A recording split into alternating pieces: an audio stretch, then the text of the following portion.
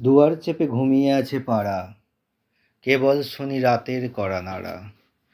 তাই আমার দরজায় খিল দিয়েছি, আমার দারুণ ভয়।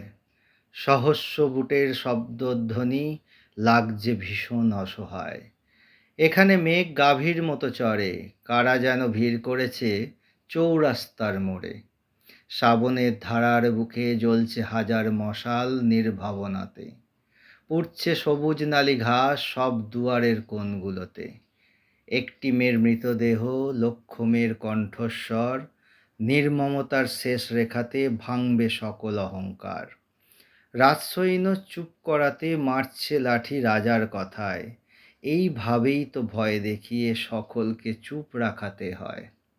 আমার মন্ত্রী খোয়া যাবে একটা চালের ভুলে, তাই ওই দেহটা পুড়িয়ে দাও ওদেরই মশালে। কথার উপর কেবল কথা, সিলিং যদি ছোঁয় সিলিংটাকেই ভেঙে দাও, প্রমাণ লোপাট হবে নিশ্চয়। কাঁদানে গ্যাস দাও ছুঁড়ে দাও, দাও অবনীদের দিকে। অবনীরা সব ঘুমিয়ে পড়লে সব প্রতিবাদ হবে ফিকে। রাজার হুকুম মানলে চাকরি থাকবে বহাল, আমার সন্তান থাকবে দুধে ভাতে, কে দেখেছে কাল। কালের ঘরে দিদিমণি লজ্জা পাচ্ছে শনি, আমরা সবাই চটি চাটা মণিহারা ফণি। আয়নাগুলোয় ঝুল পড়েছে, মুখটা অস্পষ্ট, ব্যথার মাঝে ঘুমিয়ে পড়ি, বুকে দারুণ কষ্ট। আমার ঘরের মেয়েটাও যদি ঘুমিয়ে পড়ে হঠাৎ, ঘুম যদি তার না ভাঙে সইতে না পেরে আঘাত, সেদিনও কি উঠবে লাঠি আমার প্রতিবাদের ভিড়ে?